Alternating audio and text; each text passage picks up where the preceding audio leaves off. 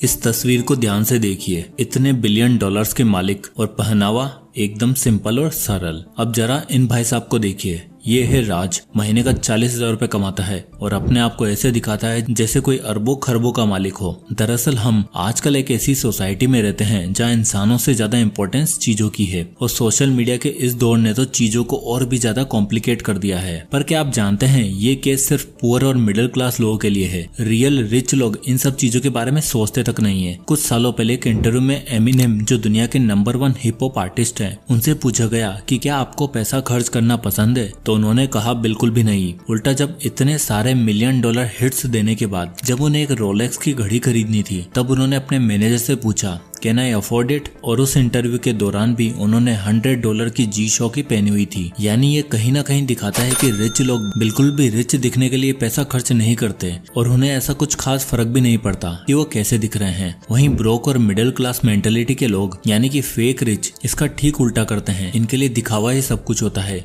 भले ही बैंक में फूटी कोड़ी ना हो। अब जरा समझो कि अक्सर रिच लोग नॉर्मल क्यों रहते हैं। दरअसल आप जितने मॉडेस्ट और लो प्रोफाइल रहते हो आपका बैंक अकाउंट उतना ही ज्यादा इंक्रीज होता है। और इस बात को प्रूव करने के लिए मेरे पास एक या दो नहीं बल्कि पूरे 8 कारण हैं, जिसमें सबसे पहला आता है reason number 1, perception of money, यानी पैसे को देखने का नजरिया। मोस्टली पुअर लोगों की नजरों में पैसों का मतलब है अपने बिल्स पे करना, सामान खरीदना और 2 वक्त की रोटी निकाल लेना। वहीं मिडिल क्लास लोगों का पैसों का देखने का नजरिया कुछ अलग है। मिडिल क्लास लोग सोचते हैं कि पैसों का यूज किया जाए अपने कंफर्ट के लिए और अपने इसी कंफर्ट के चक्कर में वो ऐसी चीजें खरीद लेते हैं जो उन्हें लगता है एसेट है, पर असल में वो है लाइबिलिटीज जैसे credit card loan, home loan, car loan, personal loan. लेकिन अमीर लोग यानी द रियल रिच इस मामले में कुछ अलग तरह से सोचते हैं। वो पैसों को एक टूल की तरह समझते हैं जिससे वो स्टॉक्स, रियल एस्टेट, प्रॉपर्टीज या गोल्ड खरीद सकें, जो उनकी हर एक लाइबिलिटी को ऑन टाइम पे ऑफ भी कर देगा और उन्हें लॉन्ग टर्म रिटर्न भी देगा। तभी दुनिया के सबसे अमीर इंसान होने के बावजूद इलोन मस्क एक दिन ट्वीट कर कहते हैं कि वो एक $45,000 के हाउस में रहते हैं।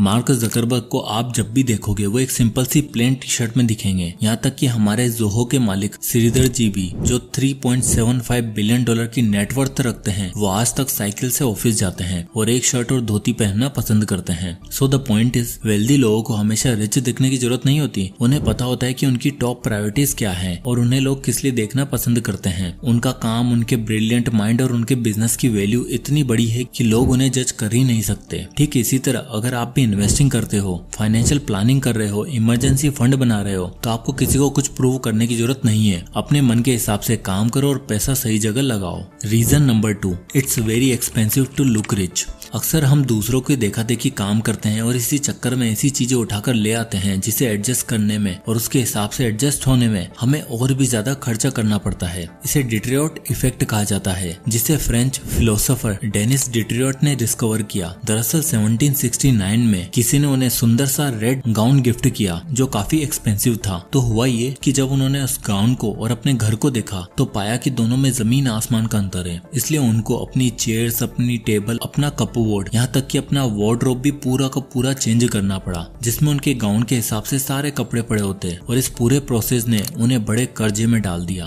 ठीक इसी तरह अर्जुन ने भी 5-6 साल नौकरी करने के बाद पैसा सेव किया और 80,000 महीना सैलरी तो थी, और फिर उसने सोचा कि उसे अपनी ड्रीम कार लेनी चाहिए और उसे पसंद आई Tata Safari Pure Plus 22 lakh की गाड़ी। अब अर्जुन ने सोचा 2 लाख की डाउन पेमेंट करके 20 लाख की EMI बनवा लेते हैं और चमचमाती गाड़ी लेकर निकलते हैं। तो अगर इस EMI कैलकुलेटर में देखोगे तो अर्जुन ने 20 लाख का लोन लिया है 8.5% के इंटरेस्ट रेट पर और 5 सालों के लिए लोन बनवाया। तो उसे हर महीने 41,000 की EMI देनी पड़ेगी। और उसके बाद वो लेकर निकला अपनी ब्रांड न्यू गाड़ी। पर गाड़ी लेकर निकलने के बाद अर्जुन को समझ आया कि इसके साथ अर्जुन को हर साल इंश्योरेंस का पैसा भी देना पड़ रहा है। गाड़ी महंगी है तो सर्विस भी महंगी है। कार वो जहाँ बाकी व्हीकल्स पे 500 लगते थे वहीं इनके 1000 रुपए लगते हैं। Road tax, fast tag, maintenance cost और टायर मिलाकर अर्जुन को सिर्फ गाड़ी पर 55,000 तक का खर्चा आ जाता है। पर भाई साहब ने डिट्रियोट इफेक्ट पढ़ लिया होता तो महंगा सौदा ना करना पड़ता और सिर्फ रिच दिखने के लिए अपनी 70% सैलरी सिर्फ गाड़ी को ना देता। तो देखा आपने रिच दिखना कितना महंगा है। 1769 में भी था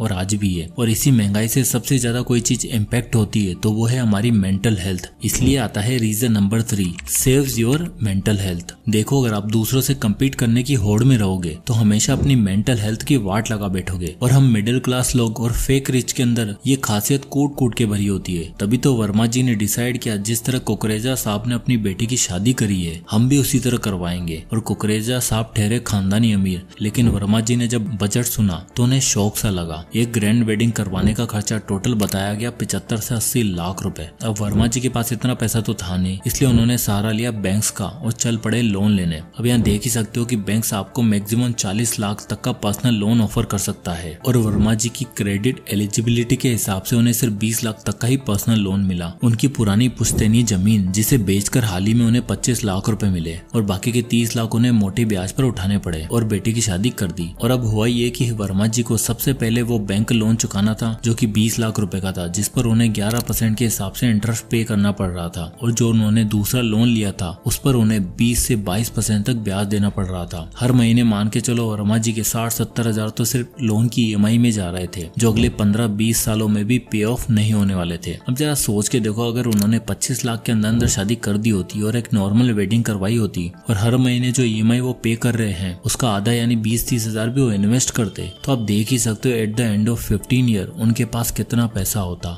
वेल, उनके पास होते 1.5 करोड़ रुपए, पर उन्हें ये सौदा कहाँ मंजूर था। इसलिए आपको सोच समझकर खर्चा करना है ताकि आपकी मेंटल हेल्थ बनी रहे और हर समय पैसों की टेंशन ना हो। Reason number 4, rich are treated differently. जब आप थोड़ा सा भी रिच देखना शुरू करते हो ना तो लोगों का आपकी तरफ नजरिया बदल सा जाता है। आपसे बात करने का तरीका, आपके उठने बैठना सब कुछ बदल जाता है और हर चीज में अपना फायदा ढूंढा जाता है। जैसे कि एक बार आनंद को लैपटॉप खरीदना था। आनंद एक फ्रीलांसर वीडियो एडिटर है, तो उसे अब एक बढ़िया लैपटॉप चाहिए था जिसमें वो आराम से एडिटिंग कर पाए। फ्रीलांसिंग से आनंद महीने का 35 से 40 हजार रुपए आराम से कमा रहा था। तो एक दिन आनंद शोरूम में जाता है और सूट बूट पहनकर बढ़िया सा टिप टॉप राजा बाबू बनकर पहुंचता है। तो वहाँ उसे सीधा दिखाया जाता है 1.25 लाख रुपए का लैपटॉप। उन्होंने कहा, सर इसमें आपको प्रोसेसर टॉप नॉच मिलेगा, एक्सपेंडेबल SSD, फोल्डेबल भी है, इजी टू कैरी भी है, 15 इंच का, 10 चीजें गिना दी और बोला आपके काम के लिए बेस्ट लैपटॉप है। आनंद ने कहा, भाई कोई डिस्काउंट वगैरह मिलेगा क्या? तो उसको बोला गया, सर डिस्काउंट के बाद ही 1.25 लाख रुपए का है, वैसे तो ये 1,35,000 का है, ऊपर से आप EMI पर ले रहे हैं तो आपके लिए बेस्ट है। फिर उसे कुछ दिनों बाद उसका दोस्त नितेश मिला। नितेश भी एक फ्रीलांस वीडियो एडिटर था और उसे भी बढ़िया लैपटॉप चाहिए था। उसने आनंद से पूछा तो आनंद ने अपना लैपटॉप दिखाया और फीचर्स बताए। तो जब नितेश ने प्राइस सुना तो वो हैरान हुआ कि भाई ये सेम चीज एक बजट फ्रेंडली लैपटॉप में मिल जाती है, तुमने इतने पैसे क्यों दे दिए? अगले दिन नितेश सेम स्टोर पर गया, लेकिन वो कैजुअल कपड़ों में था, स्पोर्ट शूज और सिंपल लुक में था और उसने अपनी प्रेफरेंस बताई। तो उसे सेम क्वालिटी वाला लैपटॉप 85,000 रुपए में दिखाया और नितेश ने कहा, मुझे EMI नहीं चाहिए, वन टाइम पेमेंट कर रहा हूँ। तो एक्स्ट्रा 5,000 का डिस्काउंट भी मिला। और यही सेम चीज आपको हर जगह देखने को मिलेगी। अगर आप सेल्समैन की नजरों में रिच चमक गए तो भैया कट जाएगा, लेकिन अगर आप ठीक तरीके से रिसर्च करके बेटर जजमेंट के साथ स्पेंड करने गए तो आपको कभी भी कोई चूना नहीं लगा पाएगा। और इसके पीछे का एक बड़ा रीजन है, वो ये है reason number 5, it invites the wrong people. तो जब भी आप थोड़ा रिच दिखने लगते हो या अपने आप को शो ऑफ करते हो तो आपको 3 तरह के लोग दिखने को मिलते हैं। पहले आते हैं डू इट लाइक मी वाले लोग। इसमें मैं आपको अपना पर्सनल एग्जांपल बताता हूँ। तो रिसेंटली मेरे फ्रेंड का एक फ्रेंड कनाडा से आया था हॉलीडे पे। तो वहाँ पढ़ाई लिखाई खत्म करके वो अच्छी खासी नौकरी कर रहा था। अब उसने सोचा क्यों ना गोवा घूमा जाए। तो मेरे दोस्तों के साथ गोवा गया पूरे 12 दिन के लिए और उसे सब चीजें लग्जरी चाहिए थी। गोवा में जकूजी वाला होटल, AC कार, बढ़िया खाना, क्लबिंग, बीच में भाई को एयर जॉर्डन भी पसंद आ गए। मतलब उसे सब चाहिए था। जहाँ मेरे दोस्त 20-25 हजार का एस्टिमेट बनाकर चल रहे थे पर वो ठीक ठाक 1 लाख रुपए तक का बजट लाया था। अब उसे लगा कि उसके दोस्त भी तो उसके जैसा ही सेम खर्चा करेंगे। मैंने जब ये सारी चीजें सुनी तो मैं शॉक हो गया कि भाई ये कैसा बंदा है, खुद खर्चा करे भाई, बाकी लोगों के लाखों रुपए का बिल क्यों बिठा दिया। अब दूसरे डू इट लाइक मी के बाद आते हैं भाई उधार दे दे वाले लोग। जब आप अपने आप को ज्यादा पैसे वाला दिखाते हो तो लोगों को लगता है कि इसके पास तो हर समय पैसा अवेलेबल होगा, तो वो एज ए हेल्प नहीं बल्कि एज ए ऑब्लिगेशन आपसे पैसा मांगते हैं कि भाई आपके पास तो है, आपका तो फर्ज बनता है पैसे देना। फिर तीसरे तरह के लोग आते हैं स्कैमर्स। ज्यादा शो ऑफ आपको महंगा पड़ सकता है, आप चोरों और स्कैमर्स की नजर में इजी टारगेट भी बन सकते हो। इसलिए लो प्रोफाइल रहने से आप अपनी तरफ राइट लोगों को अट्रैक्ट करोगे जो अपने मतलब के नहीं बल्कि आपका साथ देने के लिए आपके साथ रहेंगे। Reason number 6, obsession of buying things. क्या है ना, हम अपने आसपास रखी चीजें और इंसान को लेकर कभी ग्रेटफुल नहीं होते, इसलिए हम हमेशा कुछ ना कुछ बेटर ढूंढ रहे होते हैं। इसके पीछे का रीजन ये है कि ह्यूमन ब्रेन कभी भी किसी चीज को लेकर ज्यादा टाइम तक खुश नहीं रह पाता, और स्पेशली मिडिल क्लास लोग। दरअसल इस कॉन्सेप्ट को हेडोनिक ट्रेडमिल कहा जाता है, जिसमें ये माना जाता है कि इंसान अपनी लाइफ में हुए किसी भी चेंज की वजह से ज्यादा टाइम तक खुश नहीं रह पाता। इवेंचुअली वो एक स्टेबल लेवल ऑफ हैप्पीनेस पर आ ही जाता है। 1978 की एक स्टडी में ये पाया गया कि लॉटरी विनर्स का हैप्पीनेस लेवल लॉटरी जीतने के पहले और लॉटरी जीतने के 2 महीने बाद बिल्कुल सेम था। यानी इतने बड़े मॉनेटरी गेन के बावजूद उनका हैप्पीनेस लेवल सेम वापस से नीचे आ गया। ठीक इसी तरह नमन को भी अभी अभी लॉन्च हुआ iPhone 16 पसंद आया और इन्होंने 1,35,000 का iPhone 16 Pro प्री ऑर्डर कर दिया, वो भी 6,000 की मंथली EMI पर। अब होगा क्या कि कुछ दिनों बाद iPhone 16 की खुशी खत्म हो जाएगी और हैप्पीनेस लेवल वापस से स्टेबल हो जाएगा, पर EMI का कष्ट अगले 8-10 महीनों तक उठाना पड़ेगा। और ये सिर्फ नमन का नहीं बल्कि हर दूसरे मिडिल क्लास इंसान की कहानी है। इंडिया में 70% लोग आईफोन EMI पर खरीदते हैं और 6 महीने बाद बोर होकर फिर कुछ नया लेने निकल पड़ते हैं, because they are obsessed. Reason number 7, looking rich burdens you with liabilities. अक्सर मिडिल क्लास लोग जो अपने आप को रिच प्रिटेंड करने की कोशिश करते हैं वो अक्सर भारी कर्जों में फंसकर रह जाते हैं। ऐसा सिर्फ इसलिए होता है क्योंकि उन्हें हर नई चीज लेने की आदत हो जाती है, सिर्फ इसलिए ताकि वो भी अमीरों की तरह दिख सके। कुछ ऐसा ही हुआ मिस्टर राघव के साथ, जो पिछले 8 सालों से एक अच्छी खासी जॉब कर रहे थे और अभी भी इनका प्रमोशन भी हुआ और अच्छा खासा हाइक भी मिला और अब इनकी मंथली सैलरी 1 लाख हो चुकी थी। अब प्रमोशन होते ही सबसे पहला काम जो राघव ने किया वो है उनका अपना घर। तो अब इन्होंने अपने ऑफिस के आसपास की सोसाइटी में घर देखना शुरू किया और इन्हें फाइनली 80 लाख में उनका ड्रीम फ्लैट भी मिल गया, जिस पर उन्होंने अपनी सेविंग्स से 20 लाख की डाउन पेमेंट करी और रेस्ट 60 लाख का होम लोन लेकर 50,000 मंथ की EMI बनवा ली। अब चलो 50,000 तो ठीक है, पर जब वो सोसाइटी में शिफ्ट हुए तो उनका फ्लैट सोसाइटी के कॉस्टली फ्लैट्स में से एक था और बाकी सारे बड़े फ्लैट ओनर के बच्चे महंगे प्राइवेट स्कूल में पढ़ते थे जहां मंथली 30,000 रुपए फीस थी। अब राघव जी को भी अपने बच्चों को महंगे स्कूल में भेजना पड़ा, जिस वजह से हुआ ये कि उनके महीने का 80,000 रुपए का फिक्स खर्चा बंद गया और अब बाकी के खर्चे करने के लिए उनको पर्सनल लोन लेने पड़े, जिससे लायबिलिटीज बढ़ती चली गई।